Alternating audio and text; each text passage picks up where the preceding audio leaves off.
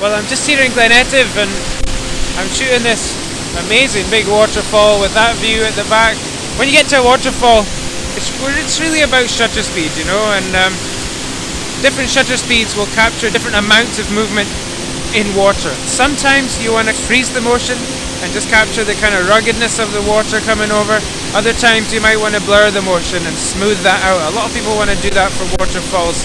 And for me, about a shutter speed of about 1 second, 2 seconds is fine for that. You don't need to go really, really long on the shutter speed. The simplest way, if you haven't done this before, is to use your camera in shutter priority. When you're in shutter priority, you set the shutter speed and the camera will give you an aperture and other settings to match. So I'm going to start with the fastest shutter speed I can get here in this lighting conditions.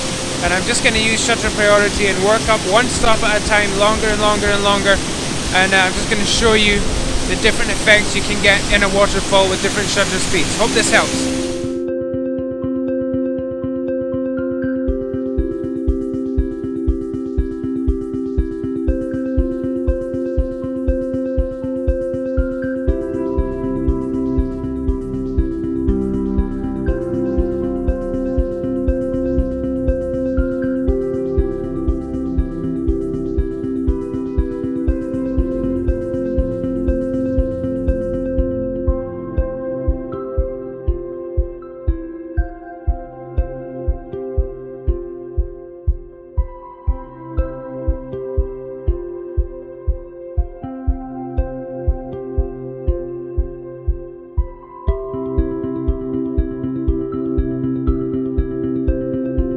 So these are the different shutter speeds from a 30th of a second all the way up to 1 minute by one stop at a time.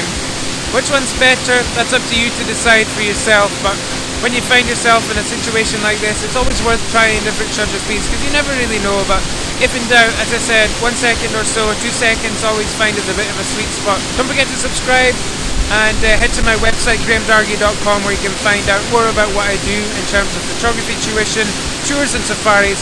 And you can also sign up for my newsletter to keep in touch with everything that I do.